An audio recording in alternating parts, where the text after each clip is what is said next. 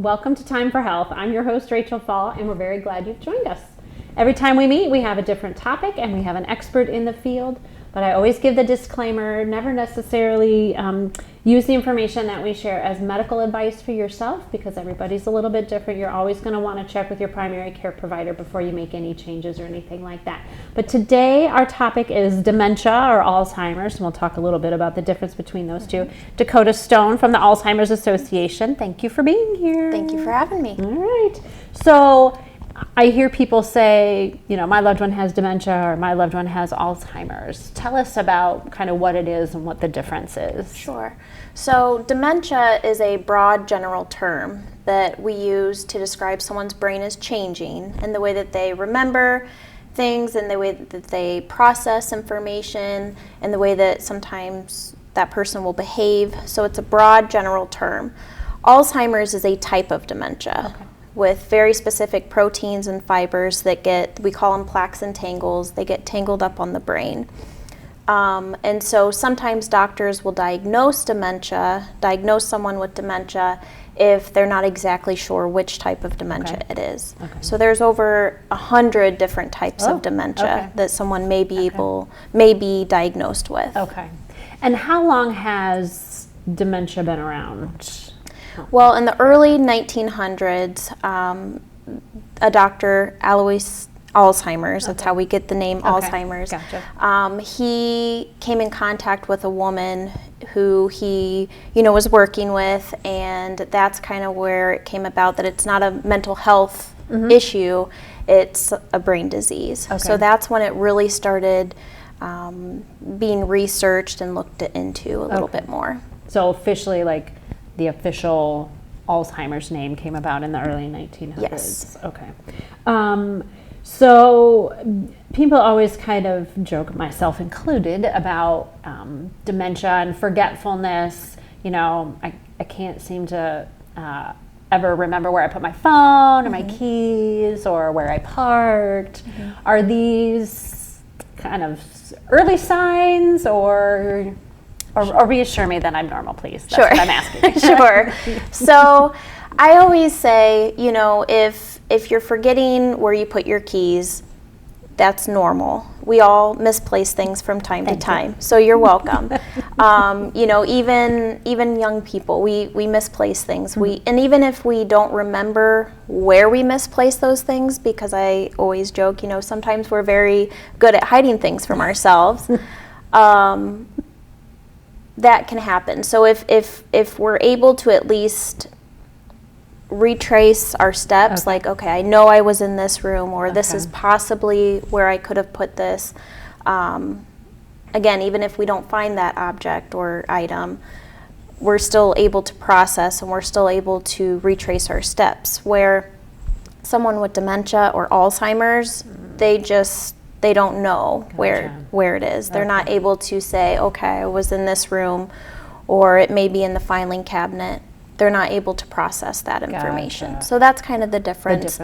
Or, I misplaced my keys compared to I'm looking at my keys and I don't know what they're for.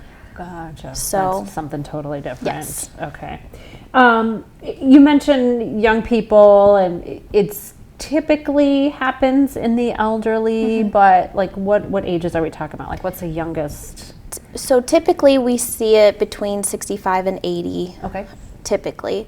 But we can see it younger than 65, which we would call younger onset. Okay. So people in their 40s, 50s. Okay. The youngest person is late 20s. Okay. And that was in the UK. Okay. But that typically does not happen. Pretty rare. Okay. So typically between 65 and 80. Yes.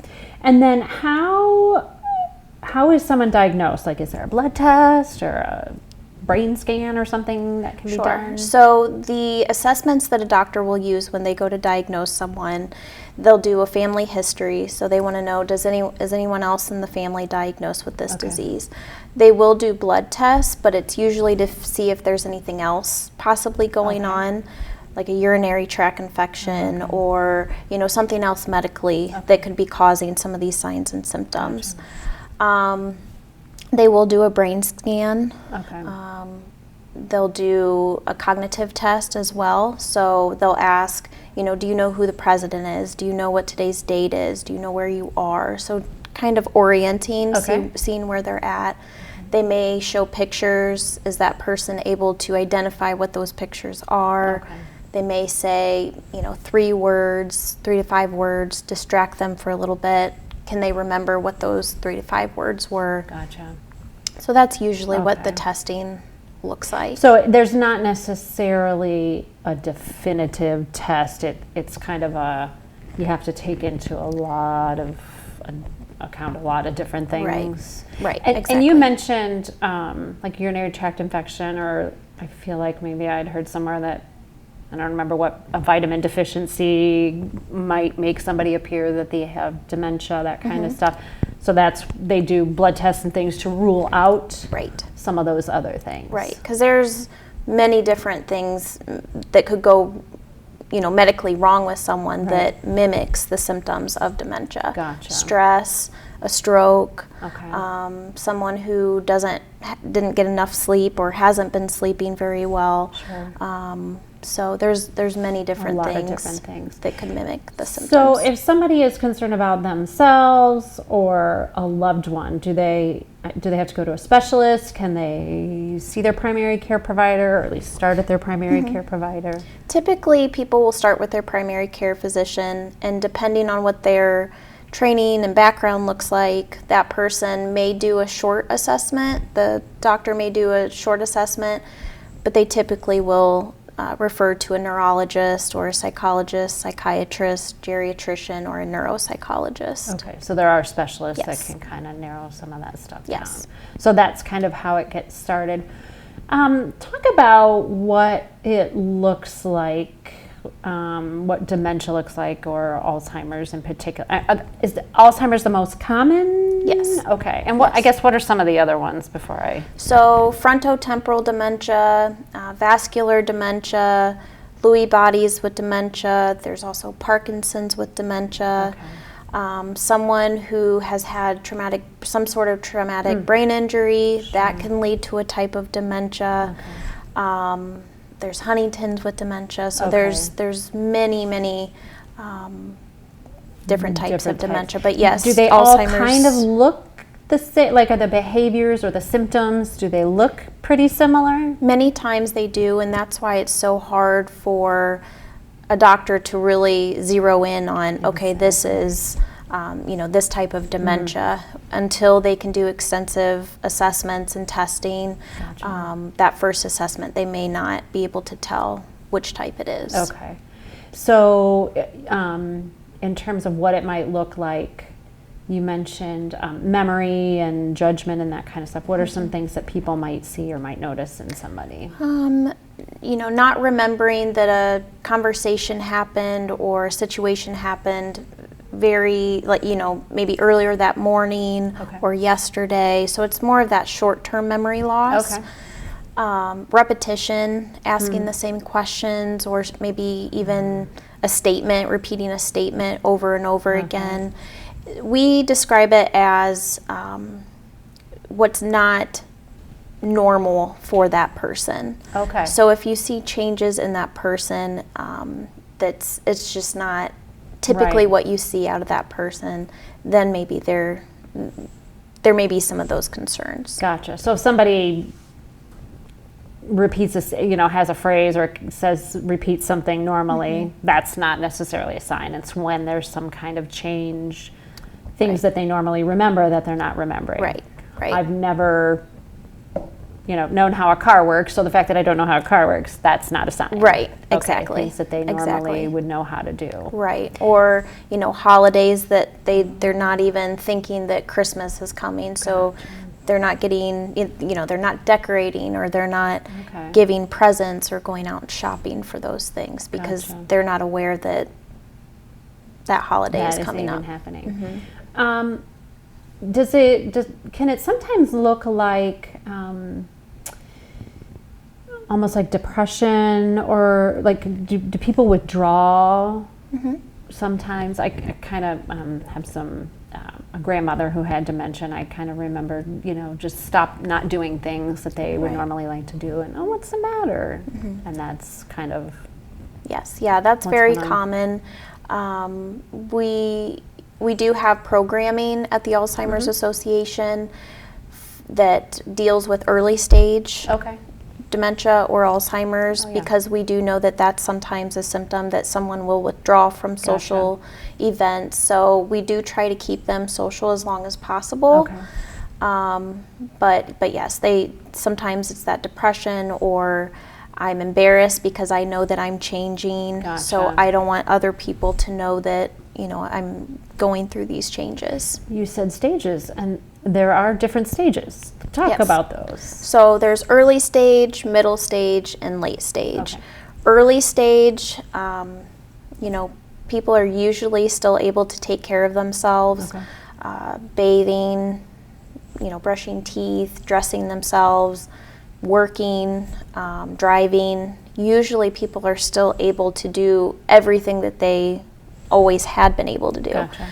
Middle stages, you'll see that person needing a little bit more help, and every person is different too. So, some family members may bring in home health care at that time, maybe not, and it also depends on the family as well and how much support there is amongst the family members.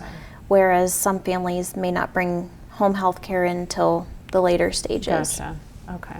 So I feel like it used to be like stage 1, stage 2, or something like that, but early, middle, and late stages. So can someone die from dementia or from Alzheimer's disease? Yes. Ultimately, it is Alzheimer's or dementia that causes death. But sometimes it depends on the coroner on what the cause of death is, because at the later stages, some people may have trouble swallowing, and so if they choke and that causes death, then but ultimately it was the Alzheimer's that led to that. So sometimes it's complications from it, but if they're otherwise healthy and the dementia progresses enough, there's enough plaques and tangles that it impairs body, breathing and that kind of stuff. Exactly. But that's pretty far down the road. Yes. Yes. All right. Now, on that note, we are going to take a break, and we will be right back.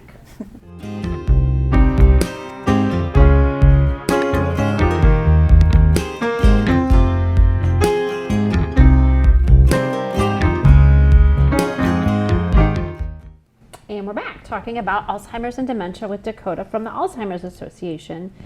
How many people in Ohio have it?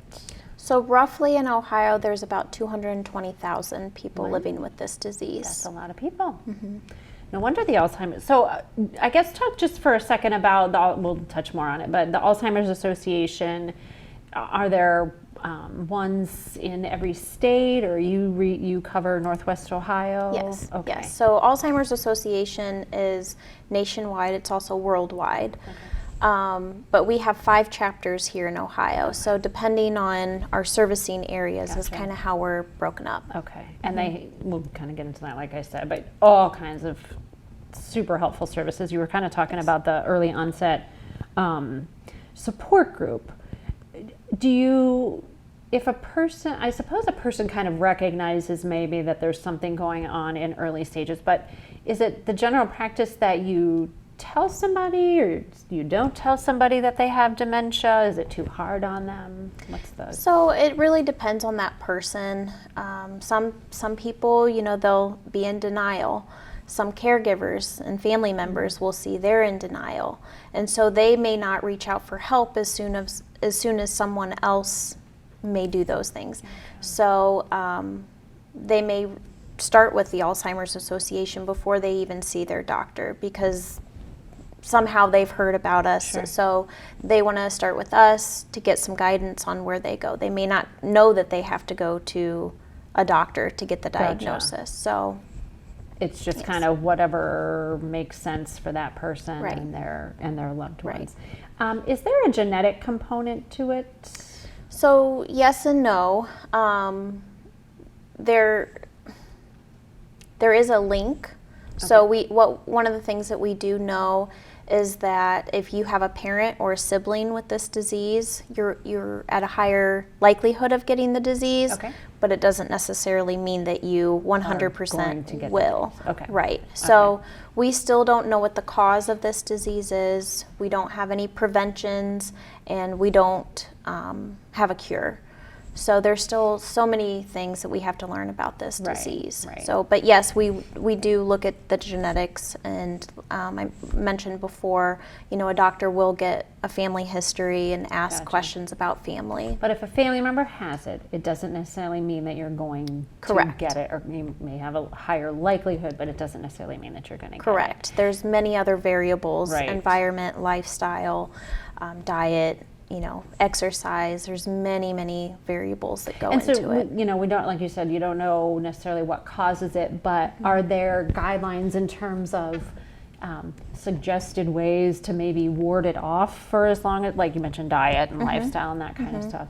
Is it like everything else, like eat a good diet, keep physically active? Right. So what we try to do at the Alzheimer's Association is really educate on health. So what's good for your heart is also good for your brain. And so if you can kind of think of it that way, you know that you're supposed to have a good diet. So what they've looked at is the DASH diet and also the Mediterranean diet. They've done studies with both of those diets, and they've noticed that someone is less likely to get the disease if they have a decent diet, if they exercise, if they are staying social, and that cognitive kind of exercises as well. I've heard about keeping, like, exercising your brain or keeping your brain active, and somebody kind of associated it to the disease can affect these different areas. So the more areas of your brain you build up, you build up, that it's harder for the disease to overtake your entire brain. Yep. So doing just learning new things, is that something? Yes, I feel learning like new things. I mean, I think over the years, people, crossword puzzles and Sudoku. Gaming and Sudoku, but also learning new hobbies, learning new information. So whether that means, somebody has always knitted and now they want to try crocheting, or, just a brand new hobby. Somebody doesn't know how cars work, so taking a... Yeah, there you go. Yes, exactly. Learning any kind of new information, sitting in education classes, higher education can lessen your chances of getting the disease. Brain active and healthy. No cure, but there are, if I'm not mistaken, some medications that can kind of slow it down or help with some different symptoms. Talk about those. So the medications that we currently have, they do not slow down the progression of this disease. They do not cure the underlying cause of this disease, but what they will help with are some of the symptoms. So wandering, the depression, the anxiety, some of the aggressiveness that someone may see. It can help some of those symptoms. Gotcha. Okay. So there is... And that, again, is why you need either your primary care provider or specialist, whoever you find that helps you the most, can kind of help with some of those medications. Yes. Okay. Driving, you said people with early stages can continue to drive, if it's something that's very familiar, they know how to get back and forth to the grocery store or whatever. But there comes a point when driving, is it a set point, or is it just kind of varies for everybody? I think it varies for everyone. I get that question a lot from families, when should we think about taking the keys away? Some people want to do that before something happens. Some people don't take them away until that person's in a car wreck, or they're lost and they're calling their loved one saying, I don't know where I'm at. And so it really just depends. Sometimes people with the disease are willing to give up their keys. That tends to make it easier on the family members. But that's it's really up to the person. Every situation is probably a little different. Yes, and there are places that do assessments that families can take their loved one to. It's a driving assessment, Okay. so then they can, it kind of takes the pressure off of the family members. Gotcha. When someone else can say They're the ones who are saying Yeah. you probably shouldn't drive anymore. Yeah. It's not me. Right. And Yeah. sometimes the person, I think, is a little bit more willing To to listen. Yeah. Sure. Yes. What about talking to kids, younger kids, or middle school, high school kids? Is there a way to describe this to them or to help them through that? I think number one, letting them know that grandma, grandpa, whoever it is with the disease does love them. I think that's important to instill, but also that person is changing.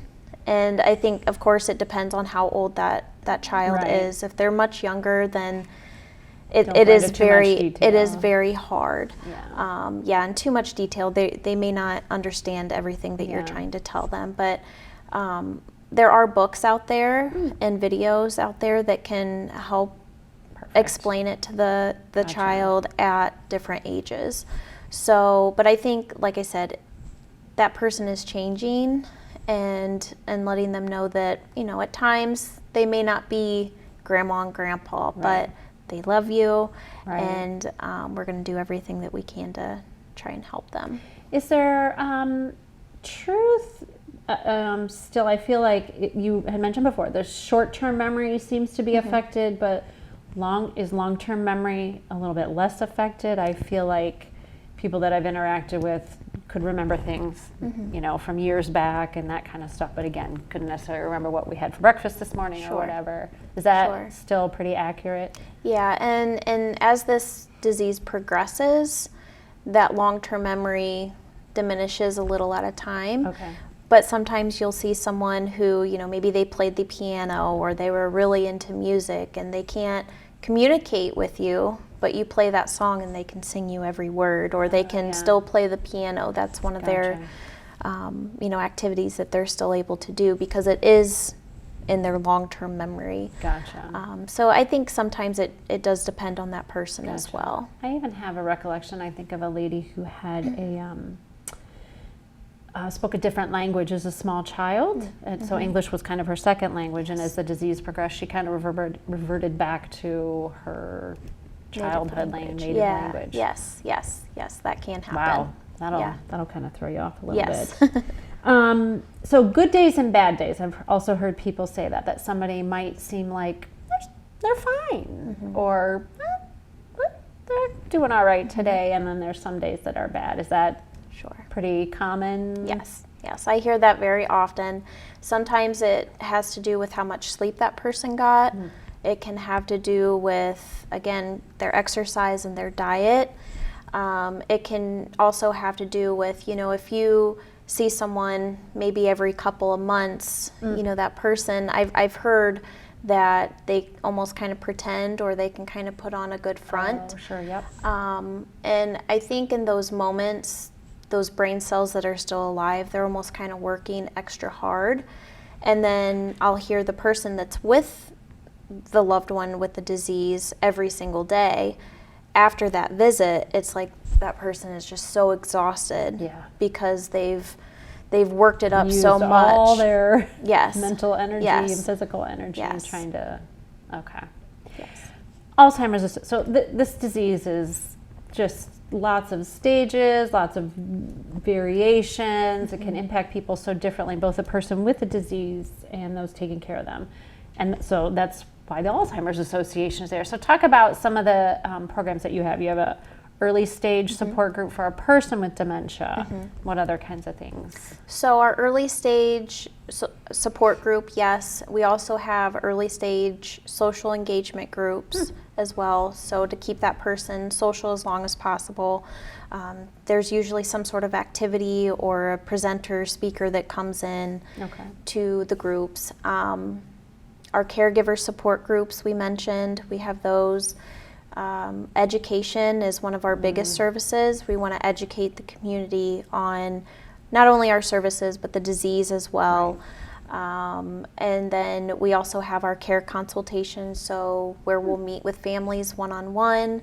Sometimes, every once in a while, we may meet with the person living with the disease if they are in the early stages, if they want more information or, want to know about our services that we provide. Gotcha. So we also have a 800 number, our helpline that people can call 24/7, whether it's the person living with the disease, a loved one living out of state that wants to know how to help that person, or the primary caregiver or care partner. They can call the number anytime, holiday, weekends. Those kinds of crises and different things never happen at 10 a.m. on Tuesday. Exactly. Very rarely. Exactly. So, and then trial match is another one. So if someone is interested in entering into a clinical trial, we also have programs for that as well. So just a ton of resources for the person with a disease, the person taking care of them. You even mentioned family members who aren't in the area, because that can be another challenge for them is I'm not near them and I don't know what to do. One last question about and I think this is part of the education that you do, interacting with someone with dementia. I feel like it can be awkward sometimes because you don't know what might come out of their mouth or what they do remember, what they don't remember. And so I feel like sometimes people disengage from that person. They don't visit because they don't know what to say or whatever. What would be your recommendation for that? Or I would recommend them to get educated. Come to some of our education programs that we do have. We have education programs on anywhere from understanding Alzheimer's and dementia, kind of our basic 101 of what is this disease, to how to effectively communicate with someone at every stage of the disease. So, at the early stages, at the middle stages, and then at the late stages. I think education and being knowledgeable as much as you can is a great start. And then you kind of, a little bit at a time, learn how to interact with that person, because it is hard. It is hard. It is hard. It's uncomfortable. It's not the person that you used to know. There's a lot of emotions involved. And so, I think if you just start with that education and you try your best. There's not a single recipe that will work because everyone's so different. And so I think if you just try your best and see what works for that person. Because that person and a spouse or whoever that's taking care of them, that's a time when they need people around them to help, not to fade away. Right. Yeah. All right. Exactly. Thank you very much. Thank you. All right, we're going to take another break and we'll be right back.